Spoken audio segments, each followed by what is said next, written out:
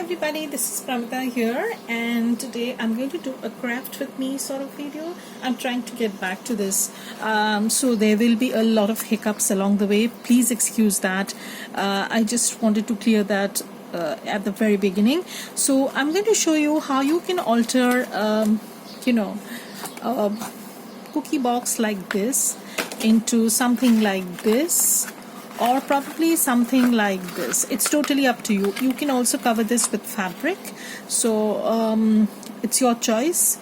So I'm going to show you how you can do a tri-fold one as well as a non-tri-fold one. And you don't need to some people I've seen have cut down the sides and then added a fabric and stuff like that. You don't need to do that. You can create your own spine out of this, ignoring these folds once you open this box up. So I'm going to show you how you can do that, and it's pretty simple.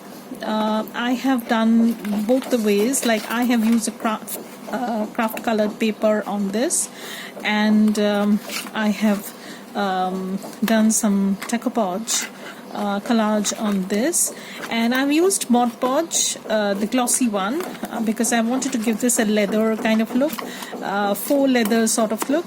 And also I've used granules of coffee while I stained this. So if you are interested in watching how I make these kind of covers, so I'll do a video on that, so you have to comment below just so that I know that you people really want to watch this.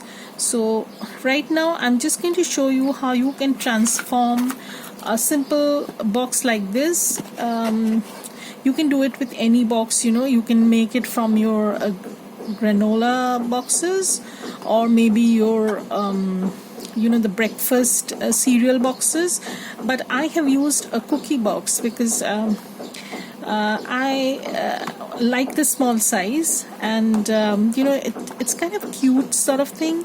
So this cardboard is pretty thick and stiff, so I wanted to make use of this, and I love this biscuit. Okay, so what I am going to do first is I'm going to show you how you can just open this box up. Now, you don't need to cut anything down initially. You just need to take off the flaps. So I'm just going to show you. So I'm just going to take off these flaps. Okay, so I'm just flattening this box up a little bit, and don't worry, everything sticks on the cover. I'll show you how you can do that, because this is a glossy cover. You might find it a bit difficult to glue things down, but there are certain tricks if you follow them. So you have to watch till the end to see the end result, how you can make it workable. So I'll show you that. So here is the box, and I've just opened the bottom part up, and there is a joint you will see in the cookie box somewhere around here. So what I will do is I'll just so if you see the inside, there is this flap that goes in, and I want to take that off. So what I'll do is I'll just work my finger into this tunnely sort of thing, and I'm just going to pry this box open. These boxes are pretty stiff, and I like cookie boxes because, as I said, they make the journals pretty cute, and they are small. You don't have to alter too many things, and so I'm just going to. So here is my cookie box undone. So here is the cookie box, and don't worry if there are folds. As I said, we are going to do minimal changes to this. So I'm cutting down the top flaps that are just jutting out. I don't want that. And also I'm going to go towards the bottom part. And remember, you can do it with any cookie box. You just need to take off the extra flaps that hold the box together at the bottom and at the top, and then you can Okay, so if you want a flexible spine, this spine is not going to be very flexible, mind you. So here is my cookie box, and I don't need these right away. So I have my cookie box done, and now what I can do is, now I have to okay, so I don't need this flap also, so I'm going to take this off.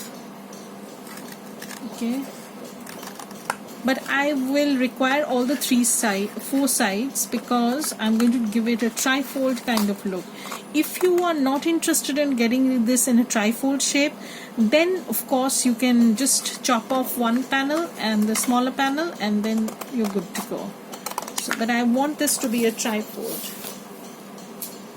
So that's done.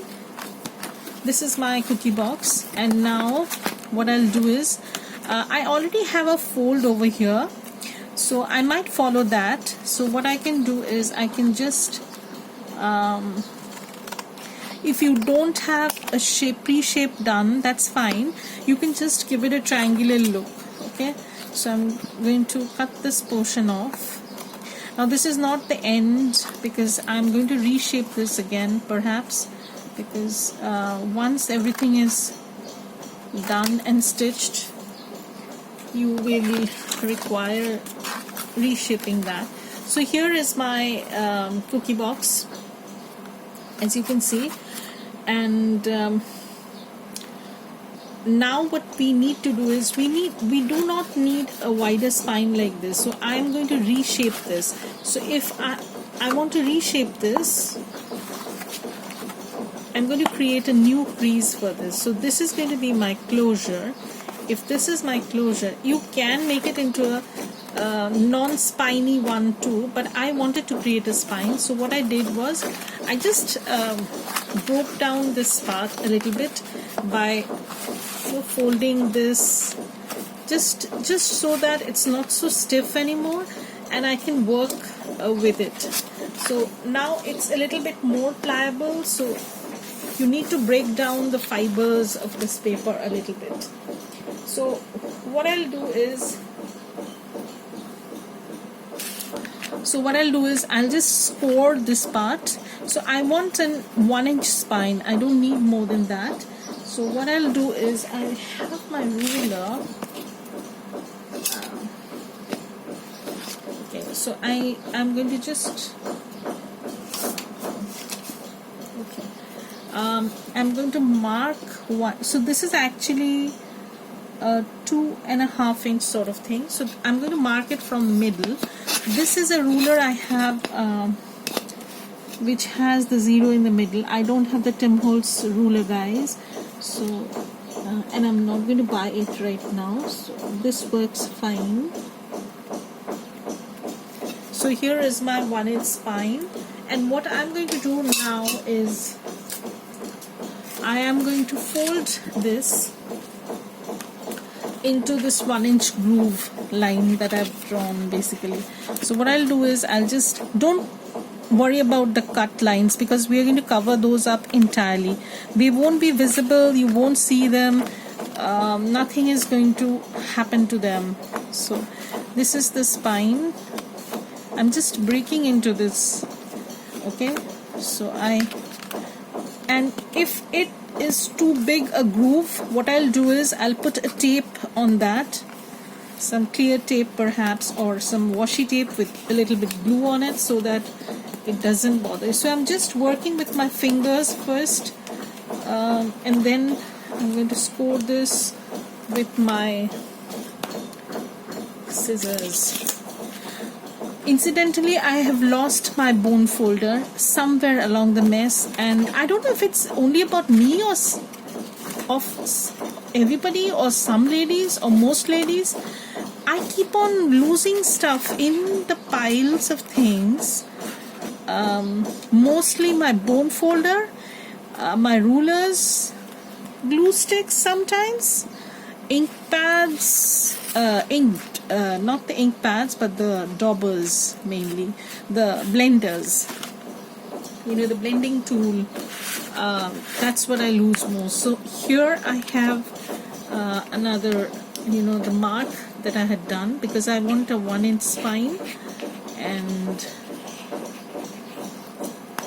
see, as I said, you have to work with this very gently with your finger first, and then you can score this with your scoring tool or your scissors or whatever. So now you can see that the spine is sort of coming to shape. So now is spine. Now I'm going to work it on this way, because this is a fold that we are creating newly in this already structured box. So you have to do it two ways, once from the inside and then again from the outside. So this is one fold we have done, and first I mark it out with my fingers, and then I'm going to push this with this pair of scissors. Okay, so here is my thingy done. Don't worry if it's on the other side, I'll just cover it up so you won't be able to see it. So here is the fold. Now I want a certain crease over here, a little bit of spine feature. Okay, so what I'll do is I'll just do the same. I'm going to create a little bit of space over here, so that when the journal papers are added and when you add ephemera to them, pockets to them, they will eventually bulk up, so you'll have enough room for this journal to grow. So I'm going to create another groove over here. Do it gently with your fingers first, because they are the best tools, and then when you're sure that okay, this is the crease I want, then you go with it with your scissors, bone folder, whatever. So this is how it's looking. See how I've created a little bit of crease over here. Don't worry about the notches and spaces and stuff like that, because they are eventually going to be covered up with a base paper, and then we're going to collage or cover or add fabric or whatever. So it depends on your plans and what you have for the journal. So as you can see, I've already created a spine, okay, and I've also created a fold, trifold sort of thing, and you can add a closure like a button closure, you can do that, or if you want this to be on the closure on this side, then you can do it like this. So it's totally up to you. I'll probably do it on this side because the other one I had done it on my right hand side, so let this be on the left hand side. So let's see what happens. So this is the end of the first part where we crease the spine, and next part I'm going to show you how you can cover this up with a paper, and then you'll have to let this dry thoroughly, and then you're going to work on it with the next step. So I'll show you that also. So for the first part we just created these spines, but honestly I would suggest that you go over these with your sewing machine. I know it sounds weird, but once you go over this with your sewing machine, what happens is this crease becomes more pliable. This is a crease that you have created. It was not created by this cookie box. It was not there in the cookie box. So you have to be very careful about this. You have to keep it it's like a reminder to the cookie box that this is your new spine, this is not your old spine. So you have to it's best that you stitch with your sewing machine once, and then it will remain better. It remains the spine is better this way. So as you can see, I have created this. So we are done with this. We'll come back to the next stage where I show you how to cover this up, and then you can decorate this or cover it with fabric or whatever. But the first part, if you are covering this with a fabric, okay, if you're covering this with a fabric, then you can do it as a next step. But if you're covering this with paper or tissue paper or anything of that sort, then The next step will be covering this with a not a very thick cardstock paper, but probably a thick printer paper or something not very thick but not very thin, because you are going to collage on top, so it's eventually going to be very stiff. So you don't need to worry about that. But if you're using fabric, then I would advise that maybe you can cover it with a printer paper and then you can add the fabric. Or if you want to add a little bit of a squishy feel to the journal cover, you can apply a layer of batting and then apply the fabric. So that's going to work too. I have not done this with the fabric, so probably I will do that somewhere in the line. When I do, of course, I'm going to share that. But right now what I've done is I've created this. So this is for my Kelly's Crafts by Kelly. This is a journal that I'm creating out of this cookie box.